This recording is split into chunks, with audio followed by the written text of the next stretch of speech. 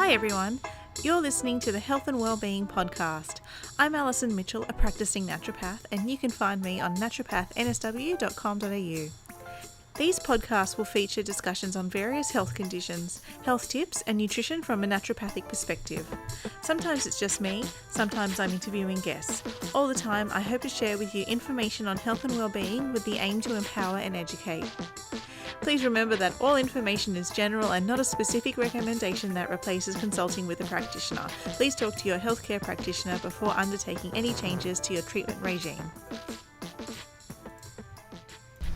So today I'm joined again by Brooke Hile. She's a women's health physio in northwestern Sydney with a special interest in the pelvis and all dysfunctions that surround this area. She has worked in the maternity unit at Fairfield Hospital as well as in private practice and has been guided by some of the best women's health physios in Sydney, including Taryn Hallam and Jolene Murdoch. Brooke aims to empower women to feel confident in their bodies, to talk about the issues affecting them and encourage all women to seek help when needed to allow them to reach their goals. Thanks for joining me again, Brooke. No worries, thank you. So if you haven't listened to my previous podcast with Brooke, I recommend you do so because she talks a little bit about what a women's physio actually is in that session. If you have already done so, then it might not come as a surprise to you that a women's physio can actually be a really important player in the care team for someone who experiences mastitis. And so Brooke and I are going to chat today about what mastitis is and also some of the different ways that our own relative professions can help.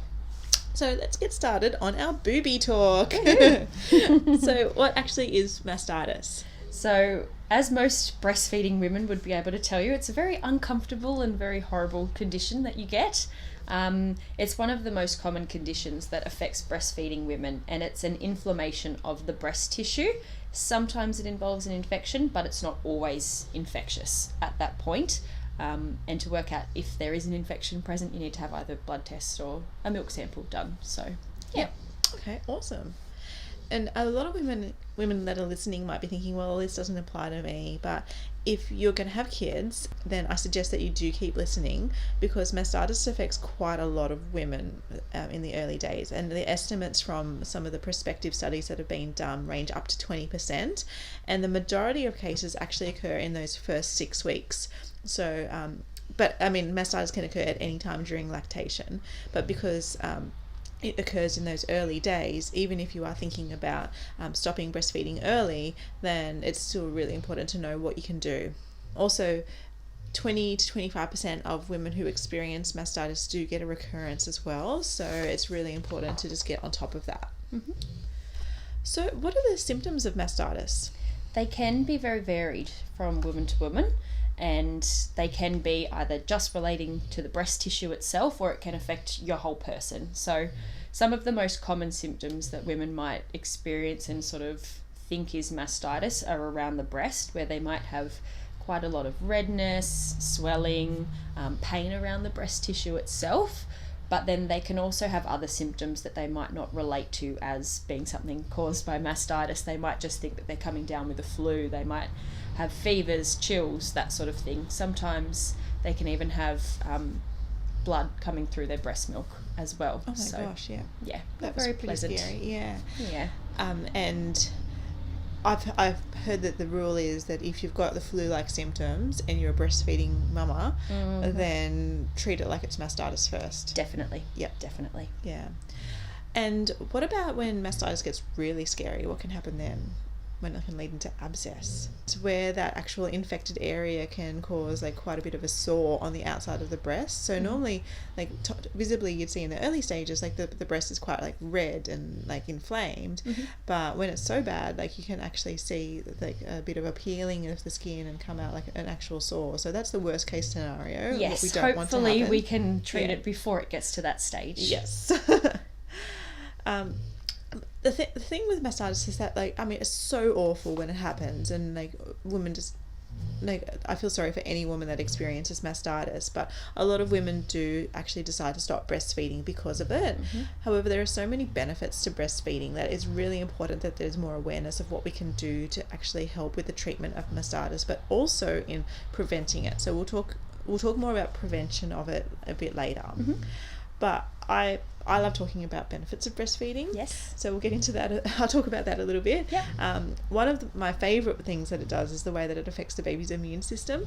And it does this via a few ways, but one of the ways that it does it is by transferring prebiotic fibres, and these are transferred from the breast milk into the baby's digestive system, and then it feeds all of their little good bacteria. And then as the baby gets older, interestingly, the breast milk changes its composition, and there's actually a change so that there's a little bit less of that fat that helps to provide the calories for the baby to grow, and there's more of certain types of proteins, certain immunoglobulins that actually help to change their immune system as well. So after they're 1 year old or so, there's more about their immune system as opposed to a fuel for them. The other thing that I find really interesting about that immune system is that there's this whole backwash mechanism that happens where a little bit of baby's spit goes back into the breast, and then the mum's immune system will take that up, it will find any germs that are in there, make some antibodies for it, and then send that back, those antibodies back through the breast milk to the baby. So it's kind of like, here you go, here's some mature immune system for you. And breastfeeding also helps the mothers out. It's been shown to have protective effects against certain types of cancers, particularly breast cancer and ovarian cancer. And it's also protective against type 2 diabetes and osteoporosis. Yes. Yeah, so it's pretty amazing stuff. Many, many benefits of breastfeeding. Yes. Plus it helps you bond with baby, which is also nice. Oh, of course, it's beautiful. So what is the usual treatment for mastitis that women seek, and how effective is it? There are a lot of different things that women can do when they've got mastitis. One of the worst things is probably Googling on the internet. Everyone seems to think that once they've had mastitis that they can tell other women what to do, and a lot of the time massaging and heat are some of the recommendations that other women will give. Right. Which is not ideal. I was lucky enough to go to a seminar with Melinda Cooper, who's a lactation and breastfeeding physio, who talks a lot about the benefits of breastfeeding and lactation consulting and things like that. And she likens mastitis to a sprained ankle, which most people have had something similar in the past. When you roll your ankle or sprain it, you get lots of inflammation, you get lots of swelling. So what you want to do first off is RICE, which is rest, ice, compress, elevate. Yep. So you want to rest it, then you want to ice it. Never heat a swollen ankle. So for some reason we've gotten into our heads though that a swollen breast tissue is very different to a swollen ankle, and we all want to rub it and move it around and massage it really firmly to try and unclog the breast tissue, which I can see where women get that idea from. But what they often don't realise is that the breast tissue itself, the milk ducts don't direct directly towards the nipple. They're sort of interweaved, like bone cords, I guess, that are all connected together. And so if you start massaging and rubbing really firmly, you're actually pushing that affected breast milk into all other areas of the breast, and that can be what results in an abscess, which can give us other issues, obviously. So treatment-wise, I would often get women, use your ice, use your frozen cabbage or anything cold that's going to make it feel better. Rest, especially if you're getting those flu-like symptoms. That's one of the biggest things, because your body needs time to recover. But also there are a couple of different things that you can do with your physio if you're seeking physio help or from your doctor. And there are some very gentle exercises that you can do, like a pec stretch or some gentle sweeping motions through the breast, just to try and help drain extra fluid and help to settle that breast tissue down. And then some of the other things, you can seek ultrasound treatment from a physio that can really help with the symptoms of the pain around the breast and help with feeding. Definitely continue feeding from the affected breast as much as possible, or pumping if need be. It is quite painful, but the more you can do that, the better. And then there are other probiotics and other things that can help out, but I'm sure you've got more information about those. Talk about that. A lot of women do also seek antibiotic treatment as well, but I think that's something that we kind of want to try and reduce the use of as much as possible. But like if you're I think the protocol is that if after 12 or 24 hours it's not getting any better, or if it's gotten worse after 12 hours, then antibiotics should be started, because then that's a big sign that there's an infective element there. Yes. But it's better for the gut health of the mother and the baby to try and reduce that, and also to reduce antibiotic resistance as well. Definitely. Because like, antibiotics are really valuable, and we don't want to have them just suddenly not useful anymore. And it's just, they're used all too frequently in so many other situations. So if you haven't heard the term antibiotic resistance before, it's when the bacteria can basically learn to outsmart the drugs and that are used to kill them, and they either change the bacteria's structural makeup, so they basically pump that antibiotic straight out of their own channels before it does any harm to them, or they learn to neutralize the antibiotic itself. And it's actually quite a big problem, because the bacteria that become resistant, they go on and multiply and spread, and in settings like a hospital, it means that the people who are immunocompromised, like if they've got HIV or certain types of cancer or something along those lines, they're not in a position to fight that bug with their own immune system, and then they can pick up infections, which we then have no drugs to treat them. But for some cases of mastitis, we have found that, like, Staphylococcus aureus infection is quite common in those mastitis samples, and so those bugs are actually already quite commonly antibiotic resistant to begin with, and so antibiotic treatment could potentially be quite ineffective for them. So pretty much all practitioners are going to be recommending that people completely drain their breasts when they've got mastitis. So whether that's by baby feeding or expressing, but the most effective drainage you're going to be getting is if you have that baby on the boob. And so while it can be pretty off-putting to think about feeding with mastitis, there's actually no harm to the bub to feed from the affected side. In fact, it's actually better to drain it as much as possible, but there are a few little tweaks that the mum can do to make that feed a bit easier and also more effective to drain that infection. So if that pain is a little bit too much to start with on the infected breast, then start on the unaffected side and wait for your letdown to happen, and then switch the babe over to the infected breast. And also try to position the bub with its chin or its nose pointing to the blocked area, because then their little chin will massage that area and help to drain it. And also, when they're feeding, try and really, really gently just stroke the breast down towards the nipple in that area. And then after the feed, if the babe hasn't finished, then try and express anything that's left over in that area. So we were talking a little bit before about, like, cold and why some people put heat on too.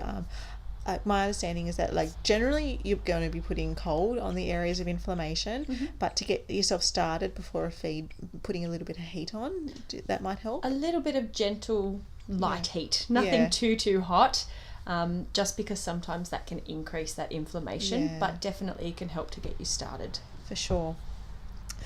And can you talk a little bit about the ultrasound as another form of treatment for it? Yeah, so with the ultrasound, what we've really found is that it can help to clear up those areas of inflammation. So it helps to loosen up the inflammatory processes in there, and just helps to get your lymphatic system clearing out all of that infection a lot sooner.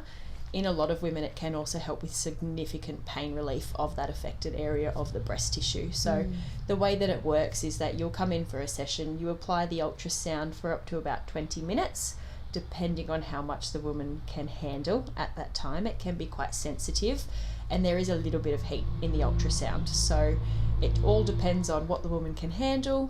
And then generally we recommend breastfeeding from that breast straight after, because it will help to drain it a lot. Okay. Yeah, awesome. So, I mean, before doing this podcast with you, I actually had no idea that ultrasound for mastitis was a thing. Yeah. So there we go. We've got some more awesome information for women out there. I want to talk about the natural treatment for mastitis first, but first I wanted to ask you about, like, why do women get mastitis in the first place? Yeah, so there can be a couple of different reasons. As you were already talking about, it is very common in the first few weeks, and it can be when women are still really working on how to breastfeed and what the best way to do it is, getting bub breastfeeding appropriately and working on latching. So sometimes it can be because they're infrequently feeding or they're not getting enough out of that breast itself, and so that milk is getting a little bit stagnant in the breast. They may not be fully getting all of the milk out. They might be trying to rapidly wean, so they're still not emptying any of that breast milk out. Or they could have a really big oversupply of breast milk that bub just can't keep up with.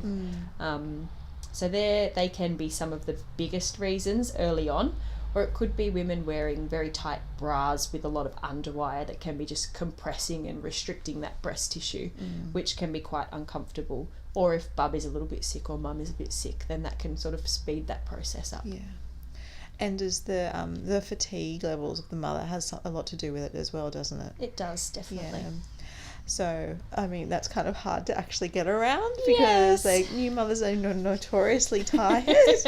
But that is one of the biggest contributors. So I guess trying as much as possible to, take those steps to, get as much rest as possible and have a support network around you, get that village. That's really, really important. Definitely. Yeah. And get help for breastfeeding. It's not easy. Yes. No one tells you how difficult breastfeeding's going to be, and then you're sort of left going, why? What's going wrong? Is it me? Is it baby? What's up? So get help. That is such a good point. And I mean, I've been really lucky to have two babes that were good feeders, but I know so many women that do have difficulties, so many friends and family and patients, and if you can see a proper lactation consultant that can consult with you one-on-one privately, then they're going to be able to give you a lot better advice than getting bits and pieces from, like you said, Google, or well-meaning family, but who aren't actually experts in it. Or also, in a hospital setting, you've got a lot of different midwives coming in on their rosters, and they might all have slightly different advice, but they might not be a fully trained lactation consultant. And for some women that they get the right advice from them, and that's great. But for some people, if there's problems, they need that little bit extra.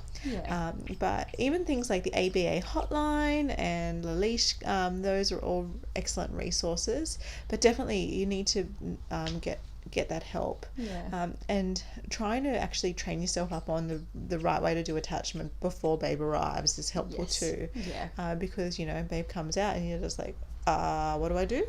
I remember when I was pregnant with Ash, the focus was all around the birth and nothing about what happens afterwards. But I think that if women can be a bit more sort of educated about how to feed and look after baby afterwards, and that's important. It can be one of the biggest things, one of the reasons why women give up on breastfeeding as well, because they don't have that support and they feel like they're not doing a good enough job. So if they have that support, they know the people to go to for help, then I think it can keep women breastfeeding for longer, which if they want to do that and they're comfortable with that, is best for bub, best for mum.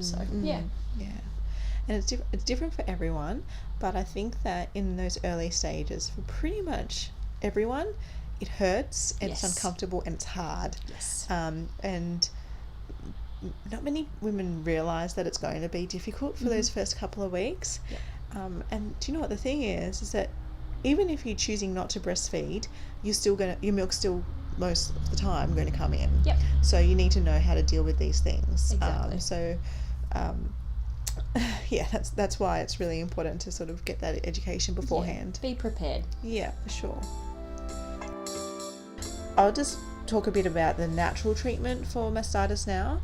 So similar to the conventional medicine approach, and everyone really, we want to ensure that their breast is getting frequently, fully and properly drained, and that there's no further damage taking place, so that if you are expressing, you're using a good fitting pump, and that the latch is really good as well. So we need good attachment, babe needs to be fully drained, and mum needs to be adequately rested, and also to do frequent feedings, and she needs to be really well hydrated, and like we said, to get that advice from a lactation consultant. And I do find that there are some herbs that can be helpful. So in terms of an acute episode of mastitis, diet and in terms of diet, you want to keep your sugar low, because that's important for all types of infections. But nutritional supplements and probiotics, they're not going to act quickly enough in an acute case. They're about the prevention. But herbs can be really helpful for an actual acute episode. And so my favourite ones are Echinacea, which everyone probably knows Echinacea, and that's got a really good immune modulating effect. So what that means as far as herbal medicine is that it doesn't just stimulate, it just balances it, but it can really help to also drain the lymphatic system. And so when we use herbs on the lymphatic system, they really help with any sort of blocked ducts. So mastitis is an example. We also use these class of herbs for things like boils and abscesses, pimples, swollen glands, that sort of stuff. And they're a component in most mixes that we make for infections. I also really love calendula, or like calendula you probably know because most people put it in their veggie gardens. It's like the marigold flower. It's this beautiful orange yellow flower. It's absolutely gorgeous, and that has a really good action on the lymphatic system. It's also a healing agent, and it's got some antibacterial and antiviral properties. And in the mastitis formulas, I use in very, very small amounts poke root, because it's a very small dose herb, but that is a very powerful lymphatic herb, so really, really draining. And that same herb I also find works really well as a cream, so you absorb it through the skin, and that's really good for mastitis too. And in formulas, I also like to include any herb that works on the circulatory system or as a circulatory stimulant, so it gets the blood flow going. You don't want to put too much because, like you were saying before, you don't want too much heat, but it does help with resolution of the infection, and that's things like ginger. So you could eat ginger for sure, and also there's also a herb called prickly ash that I use. And it depends on if it's an infective mastitis case or not, but if it's not an infective case, then I do put a higher priority on herbs that work on the nervous system, and so anything that can help to reduce stress is really important, because stress plays such a big role in mastitis in the way that it affects the milk ejection reflex. So basically the more stressed you are, the less milk is actually going to be flowing out, so the less you're going to be draining. So that's really a really big picture. So things like herbs that actually help to stimulate milk flow but also have an action on the nervous system, like vervain, is really helpful. Chamomile and blessed thistle, for instance. I also recommend lots of garlic if there's an infection, so garlic tablets or eating fresh garlic. And your breath is going to smell, but garlic is a really powerful antimicrobial. And while there are some babies that are a bit sensitive to sulfur foods, so you don't want to go too hardcore if that's the case, but just to temporarily to knock that infection out, that can be really good. It's a really broad spectrum acting antibacterial as well, so it will work against antibiotic resistant infections. Sounds like all women who are planning on having babies should be doing all of this from the get-go, rather than waiting until they have mastitis. Yeah, I actually, for my patients that I give them a mastitis mix, because you want to get on top of it as soon as possible. I think with mastitis it's all about prevention, and particularly is all about vigilance, keep an eye out for lumps and that sort of thing, and we'll talk a bit more about that in the next bit. We talk about prevention, but a little bottle of herbs just for a day, if you've got a case of a fever and you've got a mastitis signs, can really just help to knock it out quickly before it gets worse, and then you don't need the antibiotics. Well, even talking about stress and how that can change things, it seems like that would be a great thing for all new mums to be looking into. So we do definitely want to focus on prevention, and because there's that 20-25% of women who get that recurrent mastitis, and there are definitely some things that we can do to prevent it. So do you want to talk about that? So one of the big things that I've found for a lot of women, especially if they have had mastitis already, is Chiara is a really great probiotic that I've found women can use, which is an isolated strain of breast milk, and it really helps to prevent mastitis. I've had women with 2-3 cases of it, and as soon as they've started taking this, then they never get mastitis again, which is fantastic. But then just avoiding the things that can contribute to mastitis. So don't wear those really tight-fitting bras with underwire, don't wear tight-fitting tops. Make sure that you're fully feeding bub, fully draining those breasts. and pumping regularly if you need to would be my biggest advice. Yep. Fully drain it. Yep. And what about things like posture while they're feeding? Does that have something to do with it? Definitely. So a lot of women like to sit in bed, crouched over, and get into all sorts of funny positions when they're feeding babies. And if you're comfortable, then it's going to make feeding a lot easier. You don't want to be straining your back or your neck trying to hold baby to you or leaning over to bub. One of my biggest recommendations would be, if you can feed laying down on your back or on your side, give that a go. That means you'll be more relaxed, bub will be more relaxed, more likely to fully drain the breast, which is going to help prevent mastitis. If you can't do it in that position, sitting up with plenty of support behind your back, have a stool underneath your feet, that sort of thing, just to make it a bit easier. So you're not all just like hunched over and cramped up, and boobs compressing loose. The breast. It's not compressed. It actually is a bit mind-boggling to me when I see maternity bras or breastfeeding bras that have an underwire. And I mean, I know that we don't want saggy boobies, but the underwire really does sort of inhibit that lymphatic flow. Definitely. Because what I find fascinating is that the breast tissue doesn't just exist in the bit that hangs off your chest. It actually extends, up your arm, like into your armpit, and even a bit further down as well. So when any of those areas are getting blocked, then by the underwire or bad posture, etc., that's going to be affecting it. It will make a big difference, definitely. Yeah. But I love your point about the probiotic. That's one of my favorite things to talk about. And you got to get that bacteria balance right. And so for me, for prevention, it's balancing the bacteria in the gut, but also in the breasts, because it's really interesting when they've actually looked at women that get recurrent mastitis, that they do have a bacteria profile that's different to women who don't get mastitis. So you can actually help to prevent it by doing that preemptively as well. And so the Chiara brand, that's the Lactobacillus fermentum CECT 5716, if anyone wants to know. That's actually been specifically studied in prevention of mastitis, and it's been found in healthy women who don't get mastitis, and so that used in that instance.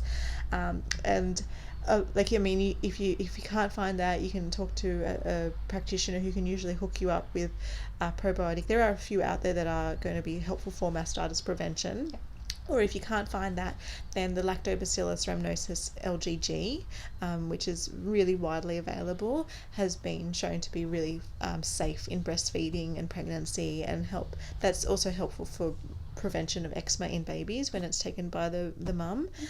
So that one's a good one, your next best option. And you just want to do everything you can to make sure that your gut bacteria and your microflora is right, because for women that get that recurrent mastitis, they also have something going on called a bacteria biofilm, which is like, so I describe biofilm as like, when you see the sort of sludgy lining on pathways that need to be hosed off, that's a biofilm. Plaque on your teeth, that's a biofilm. So it's like this bacterial colony, and it can actually form within the ducts in the breast, making it really hard for them to completely empty, and it can cause ductal narrowing and obstruction. And so that bacterial biofilm formation is a contributing factor for recurrent mastitis. And so the things that you do to prevent that is, one, you get your population control, which is your good bacteria, but it's also getting a good immune system. So that's my second point, is build up your immune system. So you need to be getting plenty of your vitamin D, vitamin C, and zinc. These all need to be adequate, and you also need to have balanced levels of iron. You don't want too much iron, but you just want the right amount. And you also need to make sure that you're not doing things that bring your immune system down, which is stress. And too much sugar, which, I mean, I totally get it. As a new mum, sometimes you just want to just cram all that sugar in, but it doesn't help things out. And so that's partly because you're stressed. So what you can do is try as much as possible to rest and keep your stress low. And it's like, it's so hard. I really think that new mums, they need their village, and sadly not everyone does have friends or family nearby that can actually sort of provide that help. And it's also the case that in our culture we've made it a bit we've sort of gone beyond that because now we're too proud to actually ask for help from our village, even if we do have it. And if you get a chance, have a listen to my previous podcast I did with Kathleen Murphy on caring for the new mama, because in that one we talked about the importance of a village and like what's actually happening to stop people utilizing it now, and that was a really good listen. And yeah, for those mums who don't have a village, then I think, you know, prepare as much as you can before baby arrives. Like hire a cleaner, organize online delivery of shopping, like plan out your meals in advance, do batch cooking, freeze heaps of it, do as much as you can. And I mean, obviously not everyone's stress is just running a household as Yes. well. Yeah, so that is, for a lot of people, stress extends beyond the house, and so for that sort of thing, sometimes there's not that much you can do about it, but you can learn mindfulness techniques that can actually help you to cope a little bit more effectively. And yeah, that will actually help in that side of things. And there's also a few other nutritional deficiencies that women have been shown to be low in who get recurrent mastitis, and we don't completely understand why, but it's iodine and selenium and also magnesium. And theoretically I would think that magnesium would be low because we're so stressed. And then the stress affects the letdown reflex, but I think that with selenium and iodine it's also part of our hormonal cascade pathways because of its role in the thyroid function and our reproductive health. But all of those nutrients are really really low in Australian soils, and not a lot of people have them. So making sure that you're eating foods that are rich in it, you know, nuts and seeds and seafood if you're eating that sort of thing, and like your broad variety of vegetables, and really good is seaweed, and also Brazil nuts that are sourced from areas that contain selenium in their soils. That's really helpful. And yeah, like we said, just good feeding technique. I think that's the really key thing. Yep. Yeah. Okay, so that's pretty much mastitis covered, isn't it? I think so. One other thing might be, in the initial days, if you're really struggling to latch, get onto your lactation consultant, make sure there's no tongue ties or lip ties, just so that can help with the feeding process, but try and get as much help as possible. That would be my biggest. Yeah. Yeah. Oh, the tongue tie is an interesting topic because it seems to be something that's actually becoming more common lately, or maybe more people are aware of it. And I don't know whether it has something to do with an increased genetic mutations in the population of the MTHFR gene that's causing those abnormalities. It's something that's not really completely studied yet, but definitely, like, if you suspect there's an issue, then get it looked into, because like for a lot of my patients, I know that they've had it looked into, they had it lasered, and it was just amazing. The difference was just amazing. So it's really good to be aware of. So if you'd like, I've got a couple of exercise guidelines and resources and pictures that I can give you so that we can put up on your blog and share them with all of the women who want to know some very gentle exercises that they can do to help out to prevent mastitis, but to also help with pain relief if they do get it. That'd be amazing. Thank you. So if you want to check that out, the website is naturopathnsw.com.au. So thank you again so much, Brooke, for joining us. So if people want to get in contact with you, how can they do that? So I've got my Instagram page, things down there. So if you want to get in contact, send me an email or a direct message on there, I suppose. But then I've also got my booking page that's connected to it, or if you need someone a bit closer to home, I'm more than happy to send you in the right direction. Beautiful. All right, awesome. Thanks so much. Thank you. Bye, everyone.